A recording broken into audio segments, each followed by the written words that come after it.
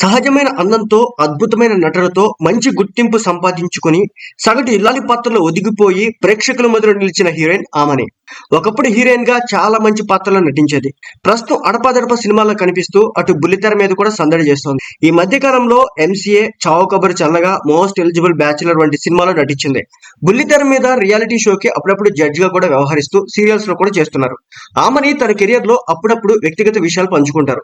ఈ తరుణంలోనే మీడియా ముందుకు వచ్చిన ఆమని తన భర్త ఎవరు, ఏం చేస్తుంటారు, వారి బ్యాక్గ్రౌండ్ ఏంటి అనే ఆసక్తికర విషయాలు చెప్పుకొచ్చింది. హీరోయిన్ గా పీక్స్ లో ఉన్న సమయంలో 1990లో పెళ్లి చేసుకున్న ఆమని ఆ తర్వాత సినీ కెరియర్ లో వెనకబడిపోయింది. ఇప్పుడిప్పుడు సెకండ్ ఇన్నింగ్స్ మొదలు పెడుతున్న ఆమనికి దైవభక్తి కూడా చాలా ఎక్కువేనట. ఈమె శ్రీ వెంకటేశ్వర స్వామి భక్తురాలు. ఆమని ముస్లిం వ్యక్తిని ప్రేమించి పెళ్లి చేసుకుంది. కాజా మొహియుద్దీన్ అనే వ్యక్తిని పెళ్లి చేసుకున్న ఆమని తన భర్త సినిమా నిర్మాత అని చెప్పుకొచ్చింది. కన్నడ సినిమా చేసే సమయంలో తాను చేసిన సినిమాలను ఆయన నిర్మించారు. ఆ సమయంలోనే వీరిద్దరి మధ్య స్నేహం ఏర్పడింది.